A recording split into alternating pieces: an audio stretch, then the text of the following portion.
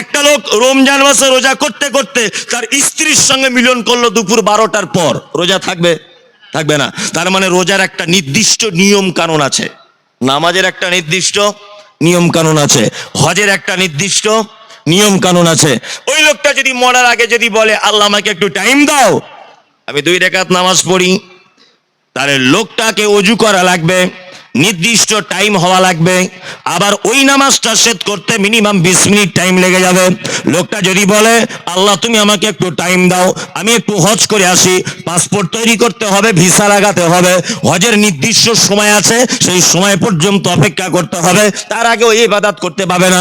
ওই লোকটা যদি বলে আল্লাহ একটু রোজা রেখে আসি, তাহলে তাকে সাহারি করতে হবে, 12 থেকে 14 ঘন্টা 15 ঘন্টা শুকিয়ে থাকতে হবে, নির্দিষ্ট টাইম ইফতার করতে হবে, তাছাড়া এই ইবাদত করতে পারবে না।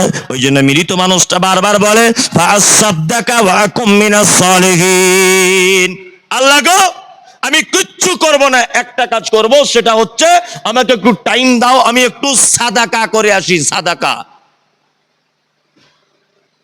তার মানে একটা মাত্র ইবাদত আছে, আমল আছে, যে আমল করার কোনো পদ্ধতি নেই।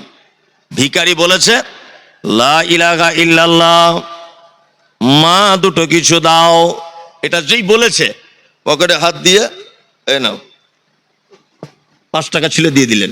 ভিখারিটা মেয়ে ছেলে না বেটা ছেলে এটা দেখার প্রয়োজন আছে?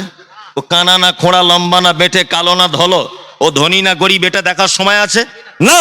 মানে দান এমন একটি ইবাদত, এর কোনো পদ্ধতি নেই, কোনো পদ্ধতি নেই, চেয়েছে দিয়ে দেন।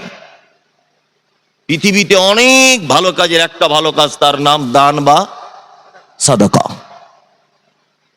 এইবার আপনাদেরকে একটা জিনিস বলি, দান বা সাদাকা এটা 2 প্রকারের। কয় প্রকারের? কয় প্রকারের? 2 প্রকারের। এক, সাধারণ দান, সাধারণ সাদাকা। 2, আরেকটা হচ্ছে সাদাকায়ে জারিয়া। কি বললাম বুঝলেন? আমার ক্ষুধা লেগেছে, আপনি আমাকে 2টো রুটি একটা তরকারি খাওয়ালেন, এর দাম সাধারণ সাদাকা। আমার মাদ্রাসা একটা কলের প্রয়োজন, আপনি টাকা দিয়ে বসিয়ে দিলেন, এর নাম সাদাকায়ে জারিয়া। আমার বেটির বিয়ে, গরিব মানুষ দিতে পারছি না, আপনি টাকা দিয়ে আমার বেটিকে বিয়ে দিয়ে দিলেন, এটা নফল সাধারণ সাদাকা। আমার মাদ্রাসার ছাদ ঢালাই, রডের কারণে দিতে পারছি না, আপনি 5 লাখ টাকার রড কিনে দিলেন, এর নাম জারিয়া। কি বললাম বুঝলেন? আবার সাদাকায়ে জারিয়ার ভিতরে সবথেকে উত্তম জারিয়ার নাম কি? মুহাম্মদ সাল্লাল্লাহু আলাইহি ওয়াসাল্লাম বলেছেন খায়রুকুম মান তাআল্লামাল কোরআন ওয়া আল্লামাহু। উত্তম জারিয়া হচ্ছে যে কোরআন মাজিদের জ্ঞান নিজে অর্জন করলো, অপরকে শিখিয়ে দিল, যে নিজে পড়লো অপরকে পড়িয়ে দিল, এইটা সাদাকায়ে জারিয়া সবথেকে উত্তম জারিয়া। এইবার আপনাদেরকে একটা মজার কথা বলি, আমি কোরআনের হাফেজ ধরে নেন, আমি এনাকে হাফেজ তৈরি করলাম, হ্যাঁ, উনি ওনাকে তৈরি করলেন, ও একে তৈরি করেছে, এ আরো 4 জনকে তৈরি করেছে। বলুন তো এই সিলসিলা কিয়ামত পর্যন্ত থাকবে কি থাকবে না? থাকবে, থাকবে।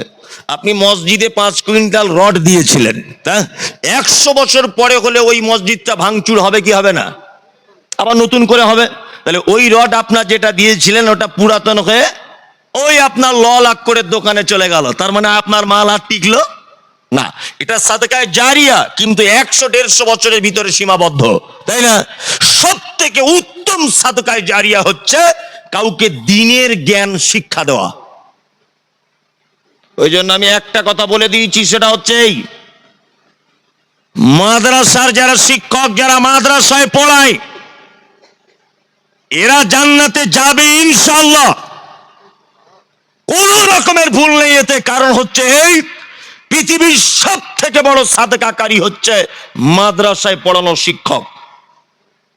2, মসজিদে যারা ইমামতি করে ইমাম, এরা যে মক্তবে কোরআন মাজিদ শিক্ষার জন্য সময় দিচ্ছে, ও মা হয়ে তার বেটাকে শেখাবে, তার বেটা আর তার বেটাকে শেখাবে, এই যে সিলসিলা, পৃথিবীতে যত সাদাকায়ে জারিয়া আছে, কোরআন শিক্ষার থেকে বড় সাদাকায়ে জারিয়া আর কোনো জারিয়া নেই। এইবার আপনাদেরকে একটা মজার কথা বলি, আমরা অনেক সময় মসজিদে মার্বেল পাথর দান করি, করি না? করি করি। আমরা মসজিদে অনেক কিছুই দান করি। আর এখন আমাদের একটা চিন্তা ভাবনা হয়েছে এই যে মসজিদ ঠিকঠাক না হলে নামাজ পড়ে তৃপ্তি হয় না, তাই না? আচ্ছা বলুন তো, মাটির মসজিদে নামাজ পড়লে যে নেকি, আর সোনা দিয়ে বাঁধানো মসজিদে নামাজ পড়লে নেকির বেশি কম আসে না একই নেকি? একই নেকি, তাই না? মসজিদে এসি লাগানো বাদ দিয়ে, মার্বেল পাথর লাগানো বাদ দিয়ে, মসজিদ প্লাস্টার করা বাদ দিয়ে, মসজিদের উন্নতি করা বাদ দিয়ে ওই মসজিদের পাশে 2 শতক জায়গা কিনে বাচ্চাদের কোরআন শেখাবার মক্তব চালু করুন। পৃথিবীর সব থেকে দামি সাদকায়ে জারিয়া। কি হবে মসজিদ দুতলা করে? কি হবে মার্বেল পাথর লাগিয়ে? কি হবে এসি লাগিয়ে? আর এসিতে নামাজ পড়লে যে নাকি মাটির মসজিদে একই নাকি? তা নাকি কোনো পার্থক্য আছে? পার্থক্য নেই। ওই জন্য সমাজের প্রতিটা স্তরের মানুষের কাছে এটা আমার বিনীত অনুরোধ, মসজিদে বেশি করে দান করার থেকে যেখানে কোরআনের শিক্ষা হচ্ছে এই জায়গায় বেশি করে টাকা খরচা করুন, বেশি করে টাকা খরচা করুন এই জায়গায়। মসজিদে বেশি দান করা লাগবে না। কি দরকার মার্বেল পাথর লাগানোর? নাই, মার্বেল পাথর থাক। কে বলেছে মসজিদের এসির জন্য জলসা করে চাঁদা তুলতে হবে? এসিতে নামাজ পড়লে কি নাকি বেশি? মার্বেল পাথরে নাকি বেশি? তাহলে আবার কি আছে? যেখানে কোরআন শেখানোর ব্যবস্থা চলছে মাদ্রাসাগুলোতে বেশি করে টাকা দেন, শিক্ষকরা বেশি করে বেতন পাক, আরো মেহনত করে বাচ্চাদেরকে কোরআন শেখাক। কোরআন শেখানোর থেকে বড় সাদকায়ে জারিয়া আর কোন জারিয়া হতে পারে না। এইবার আপনাদেরকে আমি আর একটা কথা বলি, সেটা হচ্ছে এই দান আমরা অনেকজন করি, তাই না? দানীদের ব্যাপারে আল্লাহ তাআলা পবিত্র আল কোরআনে বলছেন কি, আল্লাযীনা ইউনফিকুনা ফিস সাররাই ওয়াজ যাররাই ওয়াল কাযিমিনাল গায়যা ওয়াল আফিনা আনিন নাস ওয়াল্লাহু ইউহিব্বুল মুহসিনিন। আল্লাহ বলছে পৃথিবীতে 4টে লোককে ভালোবাসি। কটা লোককে? 4টা লোককে। তার ভিতরে 1 নম্বরকে, 1 নম্বরে আল্লাহ তাআলা বলছেন কি, আল্লাযীনা ইউনফিকুনা ফিস সাররাই ওয়াদ দাররাই। আল্লাহ বলছে যারা সচ্ছলতায় অসচ্ছলতায় যারা দান করে। 2 ওয়াল কাযিমিনাল গায়যা, যারা রাগকে কন্ট্রোল করে নেয়। ওয়াল আফিনা আনিন নাস, যারা অপরাধীদেরকে ক্ষমা করে দেয়। আল্লাহু ইউহিব্বুল মুহসিনিন, নিশ্চয় আল্লাহ 4 কোয়ালিটির লোককে সবথেকে বেশি ভালোবাসে। 1, যারা সচ্ছলতায় অসচ্ছলতায় আল্লাহর রাস্তায় দান করে। 3, ওয়াল কাযিমিনাল গায়যা, যারা রাগকে কন্ট্রোল করে। কিন্তু আমি একটা রাগ আর কন্ট্রোল করতে পারছি না। কি বললাম বুঝলেন? একটা রাগ আর কন্ট্রোল করতে পারছি না। আমি কিছুদিন আগে ডিসেম্বরের 3 তারিখে বাংলাদেশ গিয়েছিলাম। বাংলাদেশে আপনারা আমাকে দেখেছেন সোশ্যাল মিডিয়াতে। বাংলাদেশে আমি 19টি জেলাতে প্রোগ্রাম করলাম। 19টি জেলা, তার ভিতরে দিনাজপুর, আপনার ঠাকুরগাঁও, পঞ্চগড়, টাঙ্গাইল, জয়পুরহাট, সাতক্ষীরা, বগুড়া, ময়মনসিংহ, এইভাবে 19টি জেলাতে আমি সফর করেছি। টোটাল 36টা প্রোগ্রাম করেছি বাংলাদেশে। 19টি জেলার প্রতিটি জেলায় জেলায় আমি আমার সময় অনুযায়ী তদন্ত করেছি। তদন্ত করে জেনেছি যে ভারতের মিডিয়া যেভাবে উঠে পেরে লেগেছে বাংলাদেশের হিন্দুদেরকে মেরে দিচ্ছে মুসলিমরা, এই নিয়ে যে মিথ্যা প্রচার চালাচ্ছে ভারতের মিডিয়ারা, এই ঘটনা কি সত্য? আমি যে নাপিতের কাছে চুল কেটেছি, 30 দিন যে ড্রাইভারটা আমার গাড়ি চালিয়েছে তার নাম সরজিৎ রায়, হিন্দু, তাকে জিজ্ঞাসা করেছি, বিভিন্ন জায়গায় জিজ্ঞাসা করেছি যে আসলেই কি বাংলাদেশের মুসলিমরা তোমাদের উপর অত্যাচার করছে? বলছে হুজুর একেবারে মিথ্যা কথা, একেবারে মিথ্যা কথা। যদিও বা কোনো হিন্দুর বাড়িতে ভাঙচুর যদিও বা চালানো হয়, সেটা রাজনৈতিক দ্বন্দ্বের কারণে হয়েছে, সাম্প্রদায়িকতার কারণে হয়নি। দীর্ঘদিন হাসিনা সরকার থাকার কারণে নির্যাতনের শিকার হয়েছিল যারা, হাসিনা পালানোর পরে প্রতিশোধ নিতে গিয়ে হয়তো একটা হিন্দু লোকের বাড়িতে ইট পাটকেল কিছু মেরেছে, এটা হতে পারে, কিন্তু হিন্দু মুসলিম দ্বন্দ্বের কারণে একটা হিন্দু লোকের বাড়ি ঘরদোর ভাঙা হয়নি, একটা হিন্দুর গায়ে আঘাত করা হয়নি। ভারতবর্ষের যে সমস্ত গদি মিডিয়ারা, পাঁচাটা মিডিয়ারা, এবং আমার মনে হয় যে এরা এইখান থেকে বসে বসে রিপোর্টারগিরি করছে, ওখানে একজনা সাংবাদিক পৌঁছাতে পারেনি, একটা সাংবাদিক ওখানে যায়নি, মিথ্যা। তার ভিতরে আমাদের পশ্চিম বাংলা একটা শান্ত পরিবেশ, পশ্চিম বাংলার হিন্দু মুসলিম আমরা খুব সুন্দরভাবে বসবাস করছি, আমাদের এখানে কোনো ভেদাভেদ নেই। আছে পশ্চিম বাংলার একটা হিন্দু দর্দি লোক এখন দেখতে পাওয়া যাচ্ছে, তার নাম পাগল শুভেন্দু অধিকারী, হচ্ছে পাগল। আমার মমতা ব্যানার্জি সরকারের কাছে এটা অনুরোধ, আপনি অবশ্যই ওকে পাগলা গারদে ভরুন, আর না হলে কোনো একটা ভালো চিকিৎসক দ্বারা তোর ব্রেনের চিকিৎসা করান। সারা পশ্চিম বাংলার এত হিন্দু থাকতে কোন হিন্দু আর একটা হিন্দুর উপরে দরদ জাগলো না? তুমি একা দরদ দেওয়াচ্ছ। আরে তুমি তো সেই সময় দ্বন্দ্বকারী, মমতা ব্যানার্জির সময়তে তুমি বলেছো বিদেবি হটাও, দেশ বাঁচাও। তুমি তো তখন ইফতার পার্টিতে গিয়ে জনমের মতো ইফতার খেয়েছো, তুমি তো তখন গরুর গোস্ত খেয়েছো, তুমি তো তখন মাথায় টুপি দিয়ে মুসলিমদের পরিবেশে জলসার স্টেজে ইফতার পার্টিতে তুমি বসেছো। আর আজকে মমতা সরকারের কোটি কোটি টাকা আত্মসাৎ করার পরে তুমি এখন ইডি সিবিআই তদন্তর ভয়ে বিজেপির কাছে আত্মসমর্পণ করে তুমি এখন হিন্দু মুসলিমের একটা দ্বন্দ্ব বিচ্ছেদ করার তুমি চেষ্টা করছো। তোমার এই ষড়যন্ত্রের ফাঁদে একজন কেউ পা দেবে না, কেউ পা দেবে না। কারণ শুভেন্দু অধিকারীর চালাকি খুব সুন্দর, উন্নত মানের, হিন্দুরা বুঝতে পেরে গেছে এ পাক্কা একটা দালাল। কি বলছি বুঝতে পারছেন? পাক্কা দালালে। সারা ভারতবর্ষে হিন্দু মুসলিম আমরা শান্তিতে বসবাস করছি, সারা বাংলাতে আজও পর্যন্ত আমরা হিন্দু ভাইয়ের চায়ের দোকানে চা পান করি, হিন্দু ভাইয়ের হোটেলে আজও পর্যন্ত খাই। আমি আজকে পর্যন্ত হিন্দু হোটেলে খেয়ে এসেছি, কোনো অসুবিধা নেই। সুবন্দির মতো কিছু বদমায়েশ লোকের কারণে ভ্রাতৃত্ব নষ্ট করার একদম পরিকল্পনা চলছে, আর তার মধ্যে কিছু মিডিয়া রয়েছে। আর কি বলবো, ইস ঘর মে আগ লাগি হ্যায় ঘর হি কি চিরাগ সে, কিছু হারামখোর মুসলিম নামের কলঙ্ক মিডিয়াতে যুক্ত, মুসলিম নামের কলঙ্ক যারা, এই মিডিয়াও কিছু যুক্ত রয়েছে। প্রতিশোধ নিতে চাইছে, বলছে প্রতিশোধ নেব। বাংলাদেশের হিন্দুদের অবস্থা যেমন, আমরা এখানকার মুসলিমদের অবস্থা ঠিক তেমন করব। তোমার বাপের 14 পুরুষের ক্ষমতা নেই একটা ডকুমেন্টস দিয়ে প্রমাণ করানোর যে বাংলাদেশের কোনো হিন্দু মার খেয়েছে। ওপার থেকে কাউকে 10 লাখ টাকা দিয়ে নিয়ে এসেছে, এই পারে এসে সাংবাদিকদের সামনে জিজ্ঞেস করছে, এই ও পারে কি মারধর চলছে? বলছে হিন্দুরা খুব মারধর খাচ্ছে, অথচ কিছুই নয়। এইসব রাগ কি আর সহ্য করে থাকা যায়? হ্যাঁ, আশ্চর্য ব্যাপার। মানে কয়েকটা অভদ্র এবং অসামাজিক রাজনৈতিক নেতাদের কারণে আজকে সারা বাংলার বিভিন্ন জায়গাতে বিশৃঙ্খলা সৃষ্টি হচ্ছে। তবে আমি বাংলার মানুষকে অজস্র ধন্যবাদ যে বাংলার হিন্দু মুসলিম আমরা উভয়ে ভালো। ওই শুভেন্দুর পাগলার কথাতে আমরা কোনোদিন সাম্প্রদায়িক ব্যাপারে কোনো ঝামেলা করিনি, আমরা খুব ভালো আছি আলহামদুলিল্লাহ, তাই না? আল্লাহ তাআলা বলছেন আল কাদিমিন আল গায়জা, রাগ হলে রাগটাকে কি করো? কন্ট্রোল করো। ওয়াল আফিনা আনিন নাস, তোমার কাছে যদি কেউ অপরাধ করে তুমি তার অপরাধকে কি করো? ক্ষমা করে দাও, তাই না? তাহলে বলুন তো দেখি, এই 4 কোয়ালিটির লোকের ভিতরে আল্লাহ সব থেকে ভালোবাসে প্রথম সিরিয়ালে কাকে?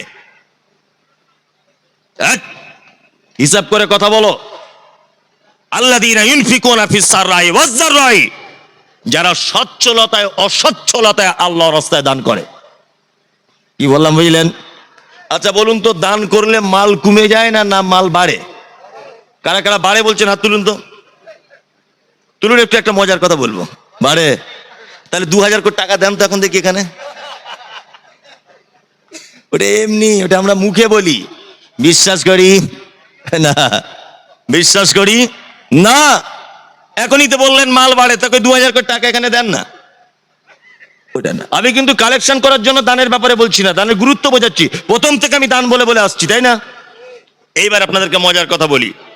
আচ্ছা বলুন তো, 1 টাকা দান করলে রমজান মাসে সেটা বেড়ে কত টাকা হয় বলুন? 70 টাকা। তার থেকে বেড়ে হয় 700 টাকা পর্যন্ত, তাই তো? এইবার এ কথা কার? আল্লাহর এবং নবী যে কথা বলেছেন, তাই না? আল্লাহ অন্য জায়গায় বলেছেন সম্পদ বাড়িয়ে দেই, সূরা আল ইমরানের 262 নম্বর আয়াতে আল্লাহ তাআলা এই কথা বলেছেন। আর অন্যান্য আয়াতে আল্লাহ সূরা বাকারা 262 নম্বর আয়াতে আল্লাহ তাআলা বলেছেন। আর অন্যান্য আয়াতগুলিতে অনেক রয়েছে। তাহলে সম্পদ 1 টাকা থেকে বেড়ে 700 টাকা হয়, এ কথা বলেছেন কে? মুহাম্মদ সাল্লাল্লাহু আলাইহি ওয়াসাল্লাম। আমি মমতাজুল ইসলাম, আমি একটা মানুষ, পৃথিবীতে আমি এখানে আছি। আমার মৃত্যু পর্যন্ত আল্লাহর পক্ষ থেকে বরাদ্দ করা হয়েছে যে 4 কোটি টাকা তোর সারা জীবনের জলসা হোক আর ব্যবসা হোক আর চুরি হোক, যাই হোক, তোর আমি 4 কোটি টাকা বরাদ্দ করে দিলাম। 4 কোটির 1 টাকা বেশি ইনকাম করতে পারবি না। এটা আল্লাহ বরাদ্দ করে কি করে না? করে। আচ্ছা বলুন, এবার আমি যদি 1000 টাকা দান করে দিই রমজান মাসে, তাই তো, তাহলে বলুন তো ওটা কত হাজার টাকা বেড়ে হলো? 700,000 টাকা। এটা আল্লাহ নবী বলেছেন না বলেননি? তাহলে যদি আমি 10,000 টাকা দান করে দিই, আল্লাহু আকবার, 7 কোটি টাকা। কত? 7 কোটি টাকা বেড়ে হলো, তাই না? তাহলে বলুন তো দান করলে সম্পদ বাড়লো না কমলো? বাড়লো। এ কথা বলেছেন কে?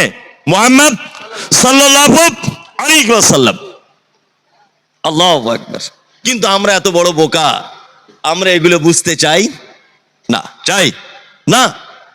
আপনাদেরকে এবার মজার কয়েকটা হাদিস শোনাই, খুব মজা লাগবে শুনতে। দেখুন, আমরা নামাজে একটা দোয়া করি না? কি দোয়া? ইহদিনাস সিরাতাল মুস্তাকিম সিরাতাল্লাযীনা আন'আমতা আলাইহিম গায়রিল মাগযুবি আলাইহিম ওয়ালাদ-দাল্লিন। দোয়া করি না? করি। ইহদিনাস সিরাতাল মুস্তাকিম, আল্লাহ তুমি আমাদেরকে সোজা পথ দেখাও, যে পথ চলে গেছে জান্নাত পর্যন্ত। সিরাতাল্লাযীনা আন'আমতা আলাইহিম, আর তুমি তাদের পথ আমাদেরকে দেখাও যাদেরকে তুমি পুরস্কারিত করেছো, যাদের উপরে তুমি খুশি হয়েছো, যাদেরকে তুমি প্রাইজ দিয়েছো। আল্লাহ তুমি তাদের পথের পথিক করো। দোয়া করি কি করি না? করি। এইবার একটা কথা আপনাকে বলি, আচ্ছা পুরস্কারিত হয়েছে কারা জানা আছে? আন'আমাল্লাহু আলাইহিম মিনান নাবিয়্যিনা ওয়াস-সিদ্দীকিনা ওয়াশ-শুহাদা'i ওয়াস-সালিহিন। আল্লাহ বলছে পৃথিবীতে 4 কোয়ালিটির লোককে আমি সফলতা দিয়েছি। প্রাইজ প্রাপ্ত তারা কারা? নবীগণ, 2 সাহাবীগণ, 3 শহীদগণ, 4 সালেহিন সৎকর্মশীলগণ। তাই তো? তাহলে আমরা দোয়া করে কি সাহাবীদের মতো হতে পারবো? আমি লেখাপড়া জানি না, 1 কলমও জানি না। আমার মা দোয়া করছে, রব্বানা আতিনা, আল্লাহ আমার ছেলেকে বুনিয়াদপুর হাই স্কুলে হেডমাস্টার করে দাও। আমি লেখাপড়া জানি না, পচা মূর্খ। আচ্ছা বলুন তো এই দোয়া জীবনে কবুল হবে? হ্যাঁ, আমার মায়ের কোন দোয়াটা কবুল হবে? আমি চাকরির পরীক্ষা দিয়েছি, একটুখানির জন্য আটকে আছে। আমার মা তখন যদি দোয়া করে, যা রব্বানা আতিনা, আল্লাহ আমার ছেলে পরীক্ষা দিয়েছে, আমার ছেলেকে তুমি যেমন হোক করে চাকরির ব্যবস্থা করে দাও, এই সময় মায়ের দোয়া কবুল হয়ে হয়তো চাকরিটা লেগে যেতে পারে। কিন্তু পচা মূর্খের জন্য তো এই দোয়া কাজ হবে না। হবে না। তাহলে আমরা যদি সারা জীবন দোয়া করি, আল্লাহ তাদের পথের পথিক করো যাদেরকে তুমি প্রাইজ দিয়েছো, আল্লাহ তাদের পথের পথিক করো যাদেরকে তুমি প্রাইজ দিয়েছো, এই দোয়া করে এসে মসজিদে বারান্দায় বিড়ি ধরিয়ে টানচার বাড়ি চলে এলো, জীবনে এদের দলে আসা যাবে? তাহলে করা কি লাগবে? তারা যেভাবে চলেছে আমাদেরকে সেভাবে চলতে হবে। একটু আগে আপনাকে পরীক্ষা করলাম, দান করলে টাকা বাড়ে না কমে? আপনি বললেন বাড়ে। আর এই মাত্র আপনাকে বলেছি তাহলে এখানে 2000 টাকা দেন তো, তখন এরকম করে আছেন। এটা আপনার পরীক্ষা? এটা আপনার কি পরীক্ষা? এই দেখুন সাহাবীদের ভিতরে জান্নাতের লোভ কেমন, লোভ জান্নাতের কেমন। আল্লাহ নবী সাল্লাল্লাহু আলাইহি ওয়াসাল্লাম তাবুকের যুদ্ধের ডাক দিলেন। যুদ্ধের ডাক দেওয়ার পরে আল্লাহ রাসূল সাল্লাল্লাহু আলাইহি ওয়াসাল্লাম মাল চাইলেন, তোমরা কিছু মাল দাও। হযরত উসমান গনি রাদিয়াল্লাহু তাআলা আনহু 1000 স্বর্ণ মুদ্রা নিয়ে আল্লাহর নবীর কাছে চাদর থেকে বার করে দিয়ে বলছেন, আল্লাহর নবী, এই 1000 স্বর্ণ মুদ্রা আমি তাবুকের জন্য বরাদ্দ করলাম। স্বর্ণ মুদ্রা মানে স্বর্ণের 1 টাকার কয়েন, 1000 কয়েন। এই কয়েন যদি ওজন যদি করা হয় তাহলে 4 কেজি 446 গ্রাম পর্যন্ত ওজন আসতে পারে। বর্তমান মূল্য যদি কষা হয় 4 কেজি 446 গ্রাম সোনার দাম কত?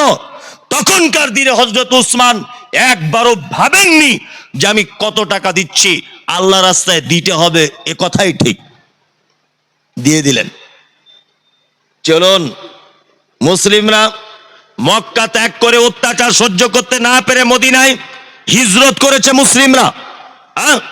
এখন আনসার মুহাজির উভয় পক্ষ বিপদে, পানি নাই, খাবারও নাই, মদিনাতে খুব সংকট, তাই না? আল্লাহ রাসূল সাল্লাল্লাহু আলাইহি ওয়াসাল্লামের সাহাবীরা একটি কূপের সন্ধান পেলেন, যে কূপের মালিক ছিল একজন ইহুদি।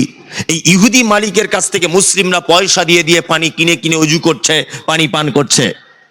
আল্লাহ রাসূল বুঝতে পারলেন এটা কষ্টকর ব্যাপার, হযরত উসমান বুঝতে পারলেন এটা কষ্টকর ব্যাপার।